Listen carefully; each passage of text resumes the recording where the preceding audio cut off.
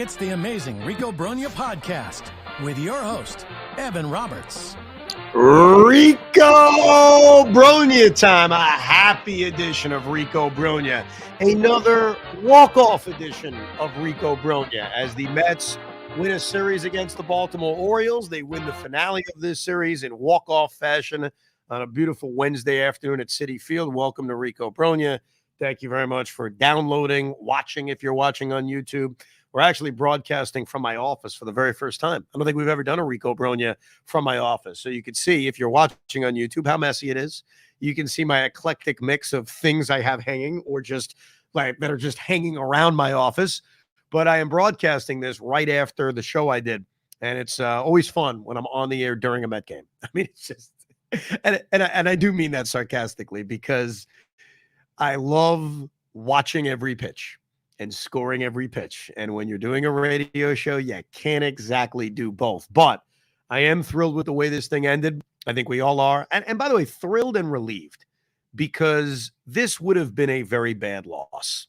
When you have a 2-0 lead, when you have Sean Manaea perfection for a big part of this game, and you have the lead dissipate the way it did, when you have the Orioles tie the game the way they did in cheap fashion, if the Mets would have lost this game, this would have been on that pantheon of horrible losses.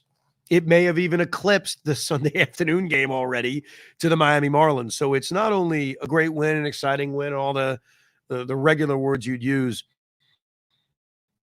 It's a sigh of relief.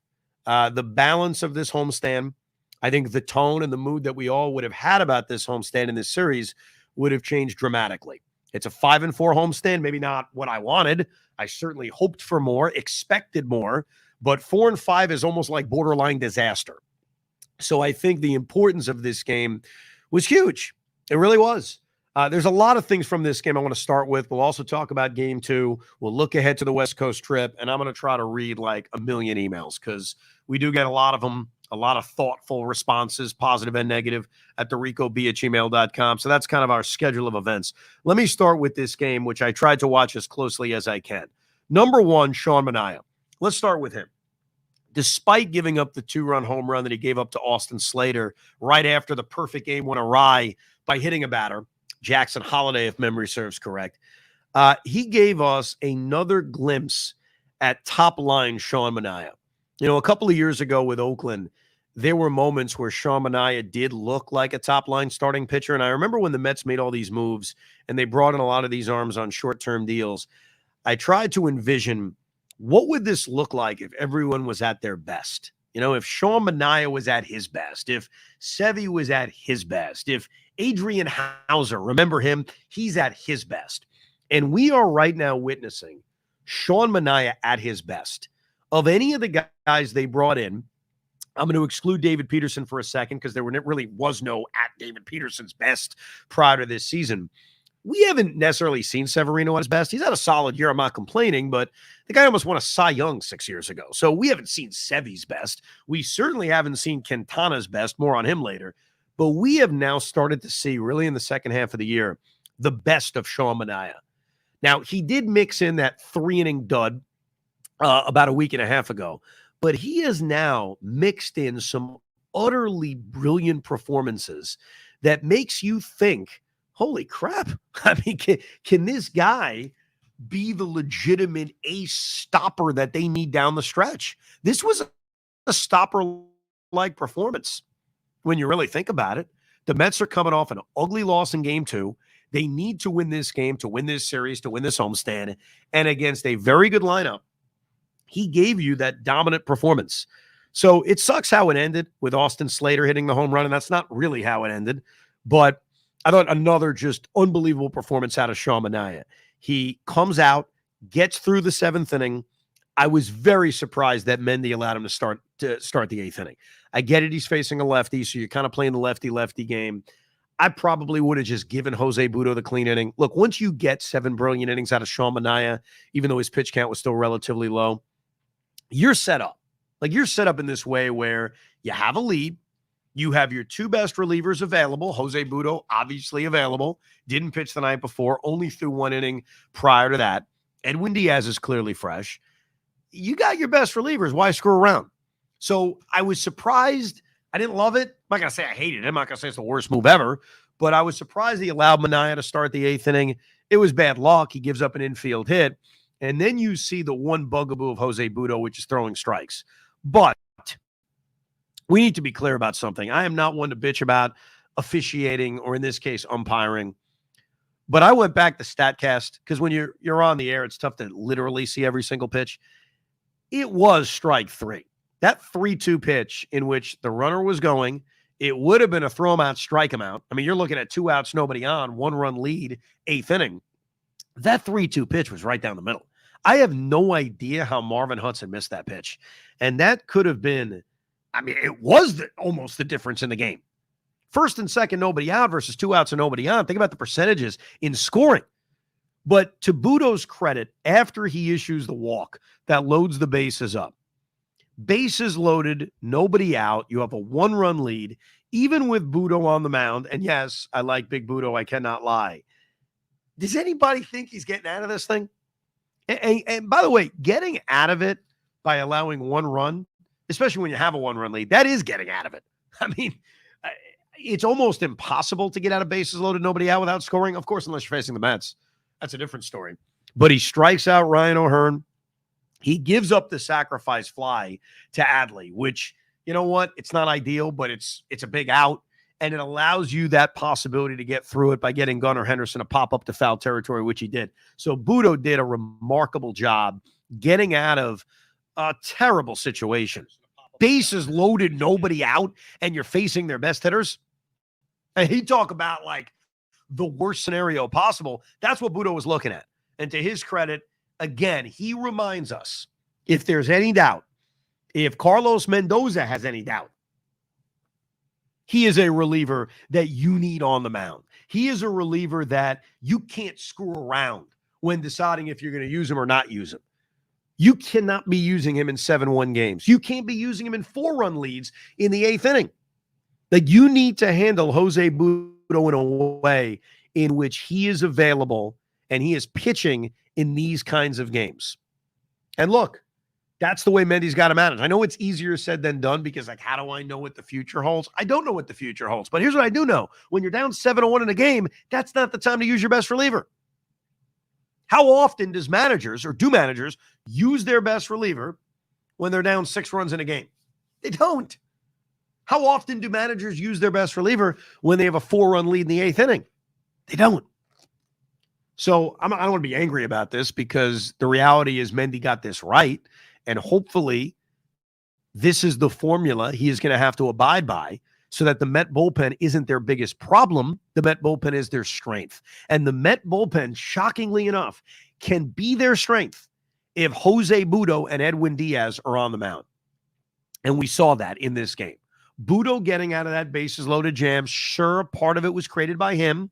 A part of it created by Marvin Hudson was a reminder on how good he is. The call sucked.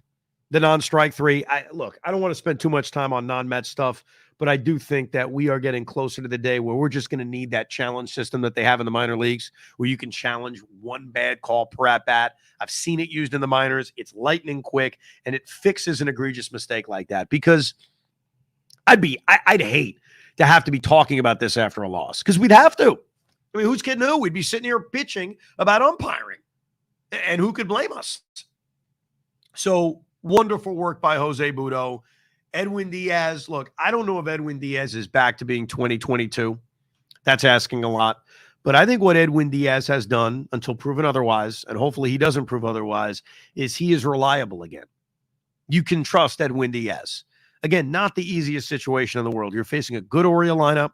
You're facing good hitters, including Anthony Santander. And Edwin Diaz pitched a nice, easy, stress-free 1-2-3 inning. But they needed the big hit. And the big hit has not come recently. It didn't even come in this game. You know, Lindor hits a home run. Fantastic. He's been great since his horrible start.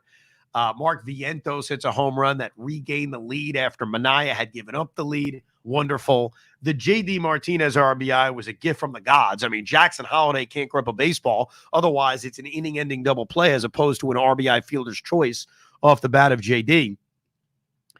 But this team has been unable to get the big hit on a consistent basis in the second half of the year. It's a little concerning, not going to lie.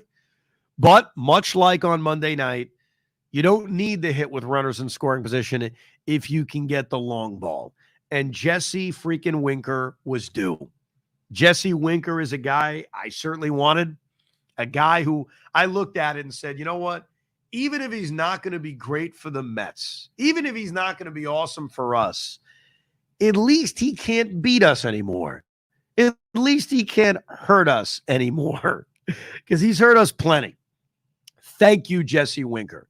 And what also was really encouraging about Winker hitting that home run, his first home run as a Met, doing it in clutch fashion, pimping it out, celebrating and all that, he did it as a pinch hitter. Pinch hitting is not easy. You know, I think sometimes we just assume, well, you've got a good bat off the bench. Here's a great pinch hit situation. Go get me a hit. A lot of guys don't perform well as pinch hitters. Jesse Winker's role with this team, I think, is going to be predominantly as a pinch hitter. And I think we are seeing where that role is going to be. You know, sometimes you think without the pitcher hitting, well, who is Winker going to pinch hit for? Like, okay, it's not the old days anymore where you're pinch hitting for the pitcher spot. It's obvious you need a couple of bats off the bench. Until Harrison Bader, and I don't want to kill him. I'm not killing him when I say this. Harrison Bader has had a fine season, and he's been one of their more clutch players. Bader has not hit for a while. Okay, he's not. And so a situation like that, ninth inning, right-hander on the mound, Bader at the plate, it's a perfect pinch hit situation. That's who Winker's going to pinch hit for. He'll also get his occasional start. J.D. Martinez will get an off day once a week. Starling Marte will get his off day once, maybe twice a week. There may be that kind of day where you even shift Brandon Nimmo to center field, or maybe you don't want Bader or Tyrone Taylor in the lineup. So there are going to be days where Winker will start, but I do believe his most valuable role may be in the role we just saw, and that is as a pinch hitter. And look at the way he came through with a game-winning walk-off home run that got me excited, got everybody. Citi Field's rocking, Winker's pumped up. We're all pumped up. It's a great feeling to win a walk-off, especially an important one, especially one that could have gone down as that annoying, horrible loss where we're complaining about umpiring, we're overanalyzing Mendy's managing, we're complaining about the clutch hitting, and instead, Jesse Winker made that irrelevant. So great victory. Excellent Wednesday afternoon victory to win this series. It was great to see. But the lack of clutch hitting, like, you know, am I concerned about it? I mean, it's got to be better. It can't continue to be this bad. They were 0 for 4 in this game. And if you go back to Tuesday's game, the game they lost 9-5, like until J.D. Martinez hit that 3-run home run, they weren't getting clutch hits then either. They had plenty of opportunities in that game against the immortal Dean Kremer. And I want to go back to game 2 of this series. Jose Quintana, I don't know what to say about this guy. Like, Jose Quintana was supposed to be the man of consistency. That's the way I viewed him. And that's what he was last year. Like, when Quintana came back after he had his injury, and it was a damaging one, Quintana was automatic. 6 innings, 3 runs. That's the way it felt with him. Automatic. 6 innings, 2 runs. That kind of quality performance. This season has been the complete opposite. He is so unreliable. And I think when you look at this rotation and you look at the stalwarts, the guys that are always there, you know, a few guys have come in and out, like Tyler McGill, Christian Scott getting hurt, Adrian Hauser getting dumped early. But if you look at the constants, Quintana, Minaya, David Peterson, Luis Severino. Those are the 4 constants. The 5th spot and the occasional 6th spot, that's seen a lot of change. He has been the least consistent starter of the 4. He has. David Peterson's been the most consistent. Sean Manaea lately has been dominant. Sevy has been, you know, mostly decent. And Quintana, like, you never know what you're going to get. And in the first inning of this game against the Orioles, game 2 of this series, think about how lucky he is. He gives up a leadoff hit. And then here's Francisco Alvarez on the heels of hitting a game-winning home run, throwing out a base steal, trying to steal second. He's nibbling. He won't fully go after Gunnar Henderson. He's nibbling Anthony Santander. And then finally, Santander hits a bomb. And that was just such a killer first inning to have Quintana give up those 2 runs. And then what does he do? We get that crazy play in the second inning, which I do want to spend some time on. But he gives up a leadoff triple. He gives up a sacrifice fly to James McCann. He later gives up a bomb to James McCann. I mean, my God. James McCann killing the Mets is – I just laugh because what else am I going to say? It's just so typical. It's so typical that that's stiff. And he was a stiff for the New York Mets. I'm sure he's a wonderful guy, but what a stiff of a baseball player. This guy is freaking Piazza in his prime against the Mets. I remember last year down in Baltimore, made that trip, solo Mets Orioles, and James McCann's hitting piss missiles all over the place, to quote the great Jared Carrabis.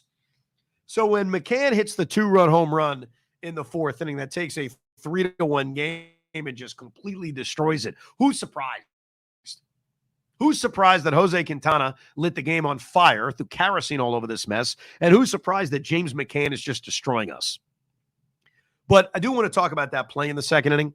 For those that don't remember, Colton Cowser hits a deep fly ball to left center field. Brandon Nimmo makes a leaping attempt. He then proceeds to bobble the baseball 5 times before making a catch. And it was an unbelievable catch. Obviously, Brandon Hyde and the Orioles say, hey, let's challenge this thing. Maybe it glanced against the fence, because if the ball ever glances against the fence, it's no longer a catch. It's in play. It's a play that's made off the wall. A couple of thoughts. Number one, when it plays that good, screw replay, give him the catch. I'm just kidding. I don't actually mean that, but that was such a wild, wacky, incredible catch that it's a damn shame it doesn't go down as a catch. But I'm looking at the replay, and this is the thing that just drives me nuts about instant replay. I like that it exists. I like that they fix bad calls. I think that's wonderful. Baseball's got to decide, though. In one breath, well, it's not clear, so we can't overturn it. If that's the way you want to have replay, I think this is the call, but I'm not sure. So I'm going to leave what's on the field. That's fine. If that's how you want to run things, that's completely fine. But then, and you saw it even in the Yankee game that they played against the Guardians, but I'll use the Nimmo play. It is not clear the ball bounces off the wall. It's not clear.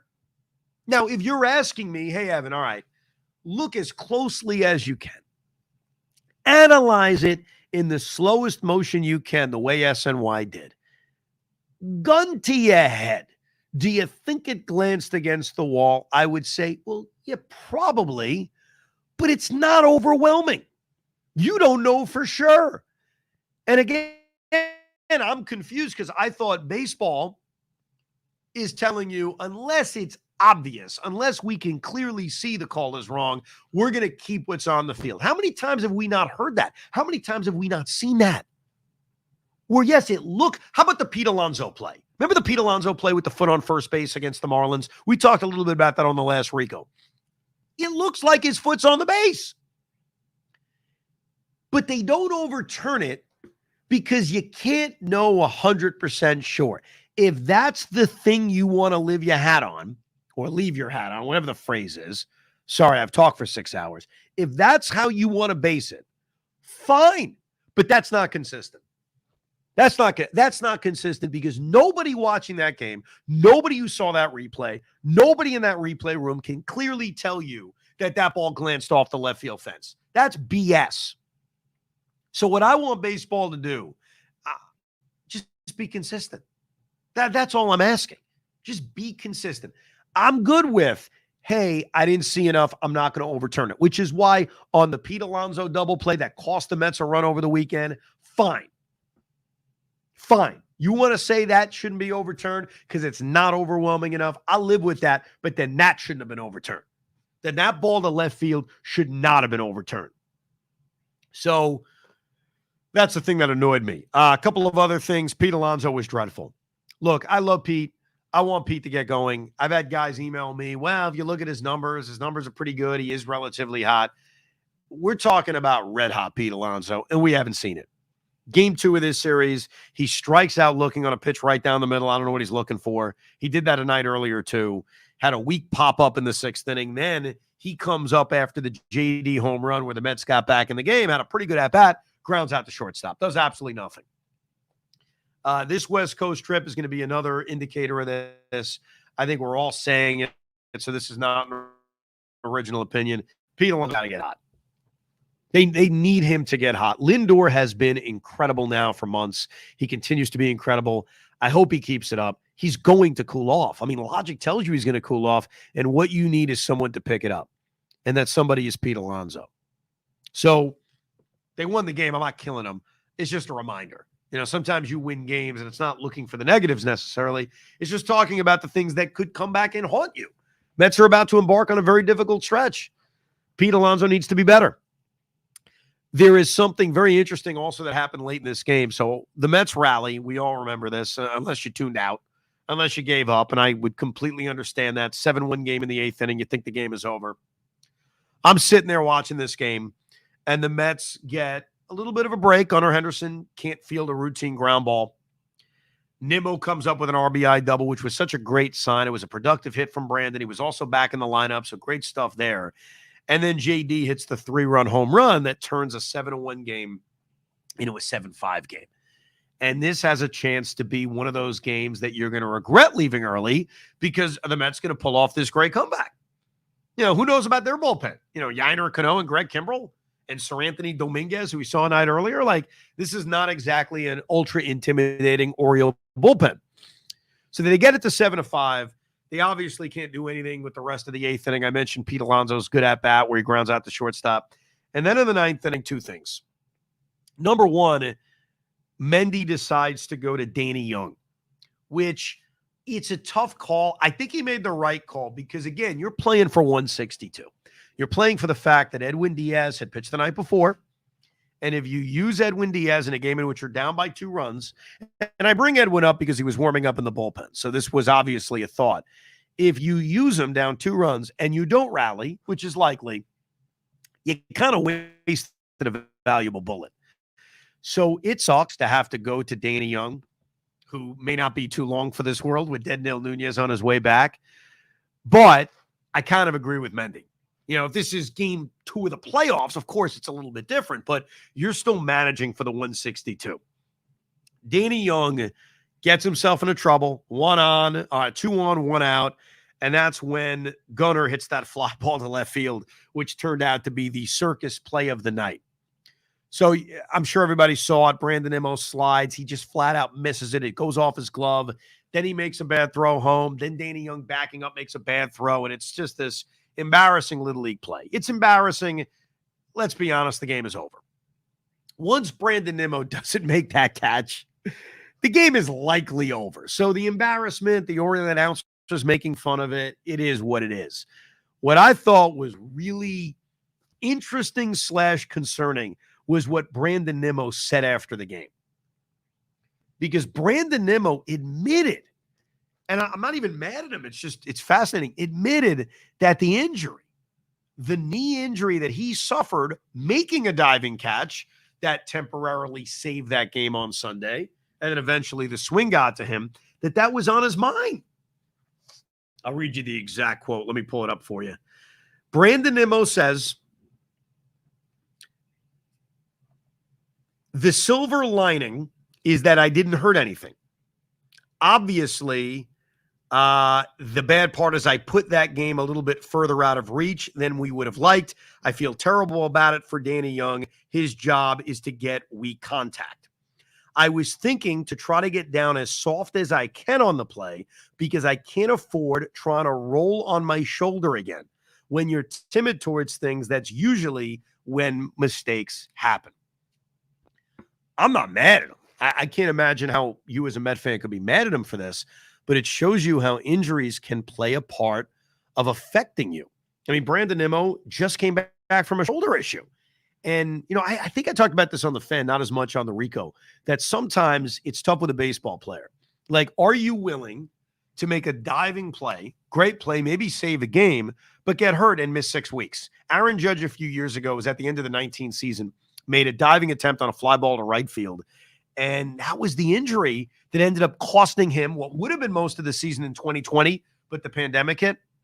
And you say to yourself, well, that's not worth it. I mean, obviously, like a diving catch is great, but is it worth it if you're going to miss that much time? So in the case of Brandon Nimmo, Do I want him playing? Yes. Do you want him playing? Yes. We all want him in the lineup, right? Do you want him making a decision defensively that could get him more hurt? No. But then you see what happens. Like, the game matters. It sucked he didn't make the play, but would I have wanted Brandon Nimmo to make a diving play on his shoulder like he did 2 days earlier, make the catch great, keep it a 2-run game, and then be hurt and be out for 6 weeks? So I know hearing that quote could bother some. It doesn't bother me. It's more interesting to me. And it's just a reminder that, sometimes you want your guys out there, but you have to realize you're not getting 100% of them. And it makes sense. It's like staying on the base paths with the Yankees. Like, sure, you want them to run hard, but do you want them blowing out a hamstring? Trying to score from second in the 5th inning of a 2-run game? So it's dangerous to play that way. Sure, we may not get the best of Brandon Nimmo defensively that way. And if he is going to be compromised like that, is it something where Mendy has to think about late inning defensive replacement? Sure, maybe. Maybe got to think about that. Maybe that becomes a thought. Now, you don't have that many options because Tyrone Taylor is usually the late inning defensive replacement for either Jesse Winker. We'll see about Starling Marte and what he looks like defensively for a longer period of time because he looked bad earlier this season. But crazy, man, that shoulder injury, which luckily only cost him a game, is still something on his mind. But it was a crappy loss, game 2 of this series. It was almost expected. It was like, are they really going to go out and sweep the Baltimore Orioles? The answer is probably not. And they didn't. But Quintana continues to be the issue. I mean, Jose Quintana's got to clean this crap up. That's the reality. Manaya's been good. Sevy obviously had the dominant performance. David Peterson has been so reliable. Paul Blackburn's been good in 3 of the 4 starts he made. Jose Quintana needs to be better. Let me get to some of your emails, including some from that game. Some of the reaction from that game. We received a Leaving City Field email, which I appreciate. We do Leaving City Field Ricos. We do Leaving City Field Rico emails. And this is from Kim. Kim writes, Leaving City Field now, it just seemed like it just seemed like not the Mets night with the non-catch early by Brandon Nimmo, but I was wondering why Mendy didn't put a better reliever in the 9th inning. We just came back to make it a 2-run game. Why not get either Diaz or Budo out there to hold it at 2 runs and give the offense a chance in the bottom of the 9th? I know they both pitched yesterday, but we thought that was why he only pitched 1 inning last night, so he can be used tonight or tomorrow. Your thoughts? Citi Field was rocking during the 4-run 8th inning. I can only imagine what it was like during the Alvarez walk-off. Yeah, I mean, Citi Field, I wasn't there for game 2, but you could certainly hear it over the TV, the JD home run, kind of the drama of it, of taking a game that looks so dead and making it a close game. So a couple of things about that. This is a really tough battle you have when you're managing for the full season. And you have a bullpen that literally only features 2 relievers that are any good, which is part of the problem that the Mets have. Right now, and we'll see about Dednell Nunez when he comes back, and it looks like he's going to be back soon. The Mets have 2 good relievers, right? I think we all agree with that. Budo and Edwin Diaz. They're bullets. They're special bullets. You can't use them all the time. You have to pick your spots. So using them on Monday, 1,000%, right? Had to. And it worked. Use those bullets. Budo for 1 inning. I talked about Budo for 2 innings. I'll get more into that in a second. Edwin Diaz for 1 inning, and it worked. Do you really want, knowing they play tomorrow, knowing they play the day after, Mets don't have an off day till Monday, do you want to use that magic bullet in a game you're down 7-5? And my answer is no, when I just used both of them the night before. If they hadn't pitched in a few days and I could use them down 7-5 and the following day, maybe I would. But you, again, have to think about the tomorrow, and you got to think about Thursday. So I'll look at who was available in the bullpen. They could have gone to Phil Maton. They could have gone to Reed Garrett. Do you think either of those guys are much better than Danny Young? The answer is probably not. So there weren't many better options. Speaking of Budo, I made the point on the Rico during the drive home that I'd be curious if Budo would be available in said game, in Tuesday's game, because he only pitched 1 inning. And if he is available, then I would have had no problem only pitching him 1 inning. That opinion really pissed off Mark O'Reilly. I apologize. I'll call him MMA. MMA said moron Evan. That's how it starts. I'm a moron. Moron Evan doesn't realize the obvious alternative managerial concern that he never brings up. He's talking about if Budo goes 1 inning, is he available Tuesday? Evan then says if Budo goes 2, is he available on Wednesday? No. Evan, that's probably not how Mendoza is looking at it. If Budo goes 2, he's not available Tuesday or Wednesday. If Budo goes 1, he's potentially available on Tuesday, but 100% guaranteed he's available for 1 or 2 innings on Wednesday. The fact that you don't see that and you don't bring it up is troubling. You state, is Budo available on Tuesday if he pitches 1 on Monday? Possibly, but he may not be. But if Budo goes 2 innings on Monday, he's definitely down Tuesday and most likely for Wednesday as well. How do you not see that? Okay, couple of things. That's the question. Like, if they had used Budo on Monday for 2 innings, which I had brought up as an option for numerous reasons.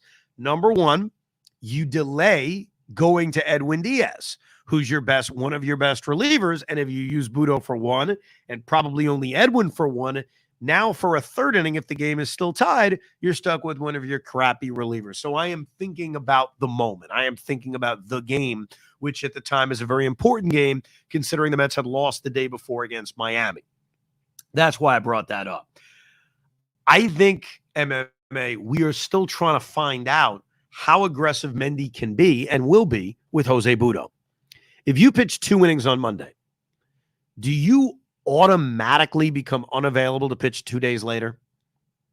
I don't think you normally are. There obviously pitch count is a factor on this. We'd have had to have seen how many pitches Budo threw on in his 2nd inning, but I don't think it automatically doesn't make you available Wednesday. And I'm asking the question because I don't know if he was available on Tuesday. Does Mendy feel comfortable using Budo in back-to-backs? Look, I think Mendy, and this is never going to be open and shut. I think it was open and shut with don't use him in a 7-1 game. I don't see the other side to it. I think it was open and shut even in the 4-run game when you had a fresh Edwin Diaz available where you could have gone to an average reliever on Friday, and if he ran into trouble, you could have gone to Edwin Diaz and still won the game. So I think we're clearly all on the same side. You got to be careful when you use Budo. But what we're also going to learn is if you stretch him out, because it is a weapon to use Budo for multiple innings, how unavailable does that make Jose for the next few days? It's a fair question. I don't know the answer.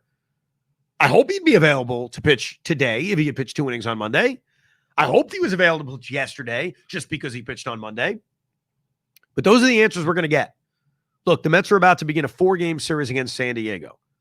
Is he available Thursday? Is Jose Budo in a close game on Thursday night available to pitch? I hope the answer is yes, because he and Diaz are their best relievers. He are the only relievers right now in the circle of trust. And you want them on the mound in games you need to win. So you got to be very judicious about how you use them. Good news is Deadnell Nunez just pitched a rehab game and pitched a clean inning, apparently.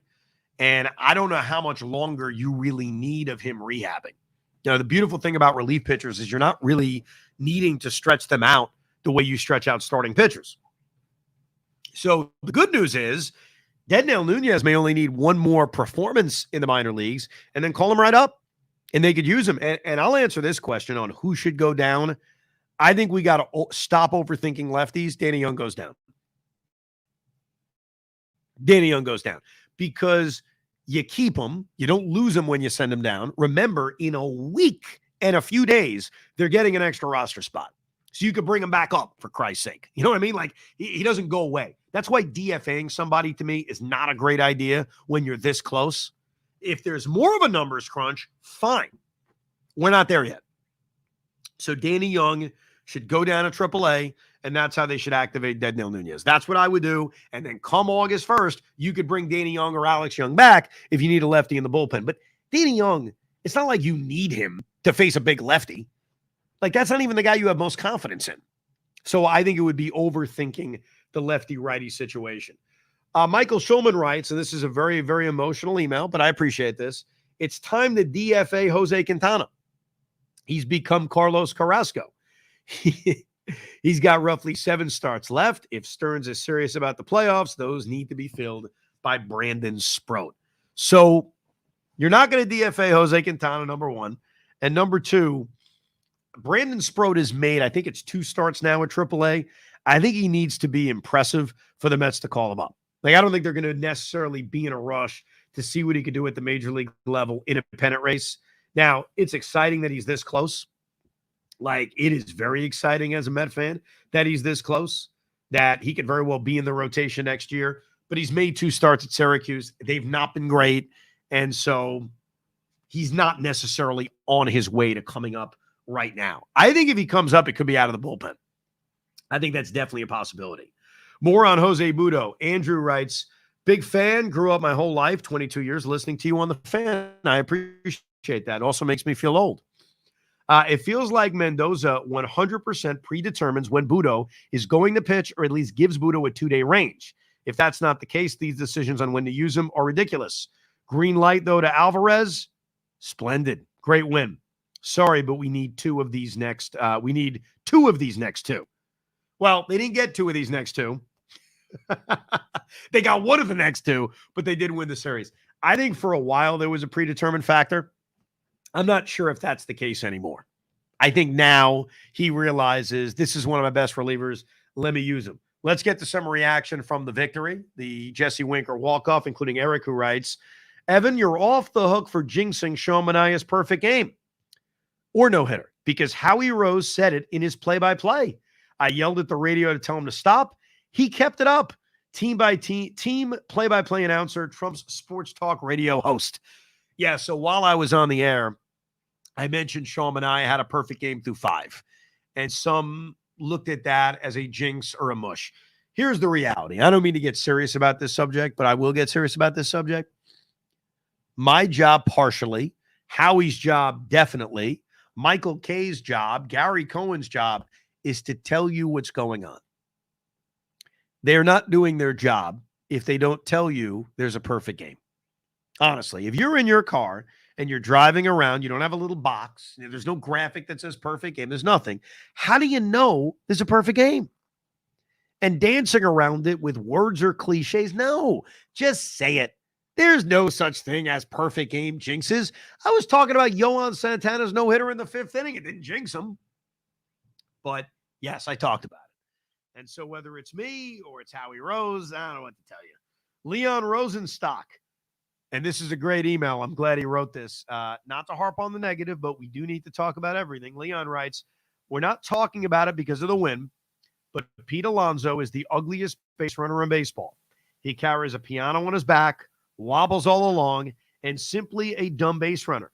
Keep that in mind when coming to offer him big bucks. So I'm glad you brought this up, even if I don't agree with everything you just described, like he's the ugliest base runner, like he carries a piano on his back, all that stuff. I don't generally think Pete Alonso is a bad base runner, but what he pulled in this game cannot happen. Runner on first, nobody out, base hit. Pete tries to go first to third, and he's thrown out by a mile. Cannot happen.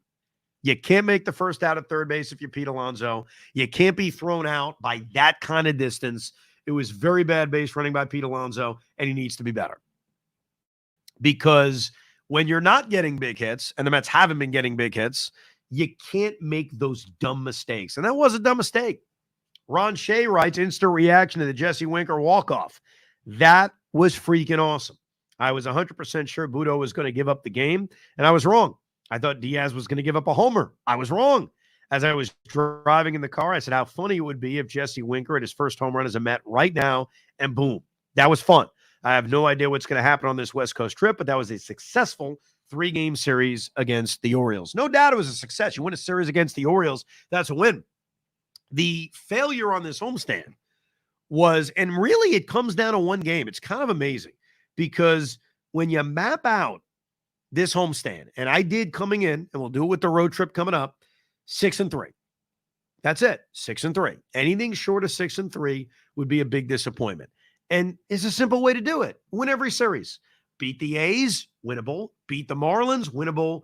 beat the Orioles. You give yourself that margin for error that sweeping is tough, as the Mets showed you on Sunday against Miami. Losing the Thursday game, the Haktua game, whatever you want to call it, that was what the difference was in this homestand. It's the difference between 5-4 and 6-3. That was the game you circle and say you shouldn't have lost that game. Want to hear from Negative Dan? Let's hear from Negative Dan. Negative Dan's State of the Union. 4 for 18 with runners in scoring position, 17 left on base, needing 2 bottom of the 9th inning rescues because they are allergic to driving in runs other than in the other 8 innings. Quintana is approaching unpitchable territory. Brandon Nimmo is protecting himself like it's April instead of going all out for fly balls in the 9th inning. You aren't going to be able to get away with this crap in the next 7 games. Keep that all-inclusive trip to Maui booked. Mescal Levin is right. This team will not be playing baseball in October. I will lead us. So Dan is obviously having some fun with the shtick of our wonderful producer, Tommy Lugauer. Mescal Levin. Oh, so that's when I was drunk. And I said, we all know this team's not making the playoffs. Look, I don't want to spend every podcast basically going over, hey, what's your gut feeling? Hey, what's your gut feeling? Do I think the Mets are going to make the playoffs? My gut feeling is no. I mean, what do you want me to tell you? I hope I'm wrong. I can be wrong. It's certainly possible. But am I sitting here right now saying I believe strongly they're going to make the postseason? No. So maybe Mescal Levin will turn out to be right. I don't believe that pointing out what the Mets have done wrong is being negative. So I'm actually going to not call Dan Negative Dan. I'm going to say Dan is looking at what has happened and what may happen with a critical eye. And he's right to a certain extent. For the Mets to have success on this upcoming road trip, and we're going to determine what success is. We can go back and forth on that. They've got to be better driving runners in with runners in scoring position. He is 1,000% right. Bringing up their failures recently is not being negative. It's the reality. And the reality is they need to be better. Completely agree. Jose Quintana needs to be better. Completely agree. Pete Alonso needs to get red hot. Completely agree. If this team, and this is going to be tough what's coming up, if they're going to survive it, if they're going to thrive in it, absolutely. Now, the beautiful thing about baseball, it's why it's the greatest game in the world, is all of that can change immediately. Why can't they go 7 for 12 with runners in scoring position Thursday night against San Diego? May not be likely, but it can happen. And I've even said this, as much as the Mets have struggled against bad teams, it has been their bugaboo going all the way back to 2022. Just because you struggle against bad teams doesn't mean you can't beat good teams. And the Mets at times have played well against good teams. They just did. I think we're still considering the Orioles a good team, despite how mediocre they've been. Now, let's get to this road trip specifically. It starts tomorrow, Thursday night, depending on if you're listening live, maybe tonight or taped. They're playing the San Diego Padres. Dylan Cease, Luis Severino, game 1. I would expect that Dylan Cease will be a lot better than what he was a few months ago when the Mets just pounded him into submission when they faced him all the way back at Citi Field. Paul Blackburn is going to pitch the second game of this series on Friday night, another late night game, which should be fun. David Peterson, Mr. Consistency, has an ERA right at 3 now, is going to pitch the Saturday game. And then, yes, Jose Quintana on Sunday afternoon against the San Diego Padres. This is going to be easy. And, I went into this homestand and said, this is where you need to do damage. You got to go 6-3. They didn't. They were a game below what I had wanted and had hoped for. And they're paying for it because look where they are in the playoff race. They're a couple of games out. It feels like they're the furthest back they've been in a while. If we are going to be realistic about this trip, I would sign for a split in San Diego. I'll start right there. Look, they have put themselves in a very big hole when it comes to the San Diego Padres and the Arizona Diamondbacks. Right now, the Mets are 6 games back in the loss column. That's a big number. It's a big number. And, we could sit here and say, well, sweep them. You're only 2 games back. Are they sweeping the San Diego Padres? I mean, does anybody in their right mind think they're going to go to San Diego and win all 4 games? I would say a split would be acceptable. I would be fine with a split. It gets dicey in Arizona. Like, I don't want to sit here and say I'm fine with losing 2 out of 3. Would that be avoiding disaster to go 3-4 over these 7 games? Yes, it avoid disaster. But I think what's really going to determine how we feel about, let's say, 3-4 or 4-3 is what Atlanta does. Because it's not just the record, it's where you are in the standings. If the Braves are going to rattle off wins, and they don't exactly have the easiest schedule in the world, they're playing the Philadelphia Phillies right now. Over the weekend, they're playing the Nationals, but then they play Minnesota, they play Philadelphia again. If the Mets come back from this trip and they're 5 games out, it's a massive disappointment. I mean, you're almost buried going into September. So a lot of the way we judge these things is how Atlanta does. But I would say 3-4 in these 7 games would be treading water. 4-3, I'd feel very good about. Anything better than that, be ecstatic. And then, yeah, you put yourself in a spot to wrap up this series against the White Sox where you got to annihilate them, where you got to sweep them. So if you want to look at this as a whole, I would say, you know what? I can't even look at it as a whole. I have to look at the 7 games individually and not include the 3 against the White Sox. It's just so different. I know it's a part of the road trip and it's traveling, but they are so on a different level, the White Sox, in terms of badness. I look at these 7, and I'm going to stick with that and say, I think I would be okay with 3-4. I wouldn't be ecstatic. I wouldn't be celebrating, but I think I'd be okay with 3-4, and 4-3, I'd be very happy about. That's how I would define this upcoming West Coast trip against the Diamondbacks and against the Padres. First against the Padres, then against the Diamondbacks. Stay up late, folks, because Pete Hoffman stays up late too, and so do I. And there will probably, I can't guarantee it, we'll play it by ear. I fully expect plenty of West Coast Rico Brognas as the Mets engage in this West Coast trip in San Diego and Phoenix, Arizona. So stay up late with us. We'll definitely give you some instant reactions. I know Pete's going to stay up all night. You're like a freaking owl. Dude, I will be up all freaking day and night. Don't make a difference. I need to see them win. That's what's going to freaking happen. By the way, I know that you're wrapping this bad boy up, but I just we do get voicemails, and I did want to play at least one for you. Is that okay? Of course. I didn't know you were capable of it. You're in your freaking car, but that's how good Pete Hoffman is. Yo, I just want to let you know that my 6-year-old is killing it right now at a 8U travel tryout. So I feel good. Nice. Look at that. Good for him, man. All right, here we go. Hey, this is Josh. There were 2 walk-off wins in this series against the Orioles. Both had something similar happen. Both of the walk-off heroes had their shirts ripped off. Alonso ripped off the shirt on the first walk-off, and then today, Winker's shirt ripped off by Marquez. That's a sign. It's a sign next year. Santos is going to be our Alonso. He's going to be the goofball on the team. He's going to be the weirdo that rips off after a walk-off win. He's going to be playing first base. That is the sign. I'm seeing it's going to switch over. And today's the day that it started. Why are we doing this? Like, why are we thinking about next year? I know that a lot of Met fans are down on Pete, the first to third, the base running, but I promise you, I remember saying this about the trade deadline too. I was like, why are we talking about the trade deadline in May when half of you guys wanted to dump everybody? Remember that old discussion?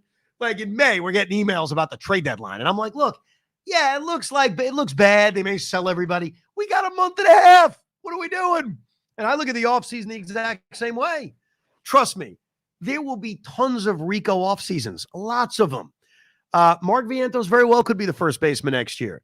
This is a goofy-ass baseball team, and I love it.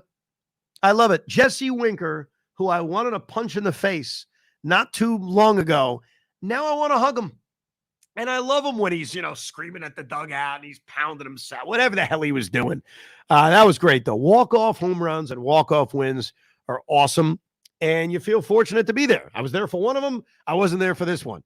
But I'm happy for those that were. Great victory for the New York Mets. And now we begin the West Coast trip.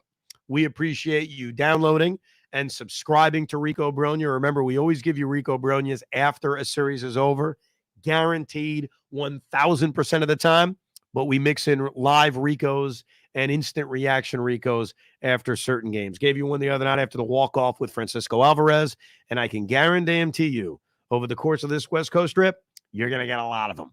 So stay tuned on the WFAN YouTube channel and obviously subscribe to Rico Brogna. Thank you very much for listening to another edition, a happy edition of Rico Brogna.